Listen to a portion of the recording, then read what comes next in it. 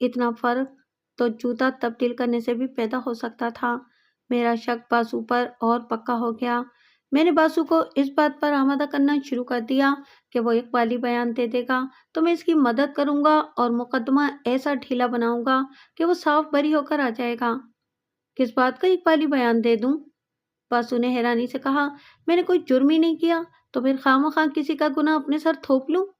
آپ اپنی تفتیش کریں، اگر میں مجرم ثابت ہو گیا تو کوئی رعایت نہیں مانگوں گا۔ میں نے اس کے ساتھ بہت مغز کھپایا، اپنے استادی طریقوں سے اسے گھیرنے کی کوشش کی، لیکن وہ ایسا گھاگ تھا کہ پروں پر پانی ہی نہیں پڑنے دے رہا تھا۔ اب مجھ پر جھنجھلاہٹ طاری ہونے لگی تھی۔ میں نے ہیڈ کانسٹیبل کو بلایا اور اسے کہا کہ باسو کو حوالات میں بند کر دے اور اسے اپنی مہارت کا تھوڑا نمونہ دکھائے۔ یہ ہیڈ کانسٹیبل بڑا صحت مند تھا اور ملزموں سے ان کے سینے کے اندر چھپے ہوئے راز نکالنے میں ماہر سمجھا جاتا تھا۔ اس نے باسو کو اس طرح دیکھا جیسے قصائی بکرے کو دیکھتا ہے اور پھر اس کی گردن دبوچ کر کمرے سے باہر لے گیا۔ مجھے پورا یقین تھا کہ تھوڑے سے تشدد سے باسو اقبالی بیان دینے پر آمادہ ہو جائے گا۔